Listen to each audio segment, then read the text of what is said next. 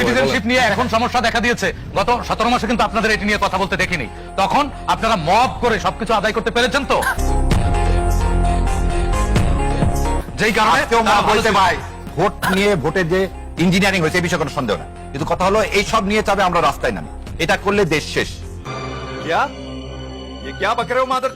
है भाई अभी बता है अभी तूने गाड़ी में उंगली किया ना। আরিয়াল ভাইয়ের একটি জায়গা থেকে আমি আলোচনা শুরু করতে চাই। তিনি বলেছেন যে জুলাই সনদ যদি কার্যকর না হয় দেশে এক ধরনের অচল অবস্থা তৈরি হবে। আসলে কিছু তৈরি হবে না। কারণটা কি?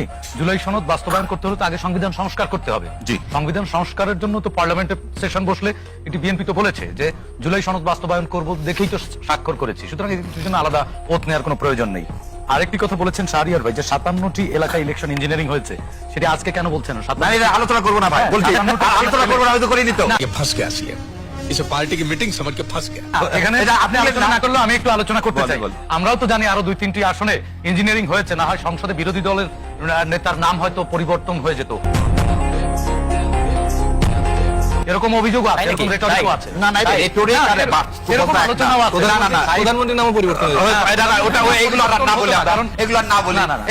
ডুয়াল সিটিজেনশিপ নিয়ে যখন আমরা বলতে চাচ্ছি না, সেরকম এগুলো না বলি, না বলে আমরা দেশকে সিটিজেনশিপ নিয়ে এখন সমস্যা দেখা দিয়েছে। গত 17 মাসে কিন্তু আপনাদের এটি নিয়ে কথা বলতে দেখিনি। তখন আপনারা মব করে সবকিছু আদায় করতে পেরেছেন তো, যেই কারণে বলতে ভাই আজকে আপনার সাংবাদিক ইউনিয়নে কিন্তু মব হয়ে একজনকে বের করে দিলেন। না না, এটা আমি শাহরিয়ার ভাই আংশিক জ্ঞান কোনো জ্ঞানই না, এটা মোর কথা।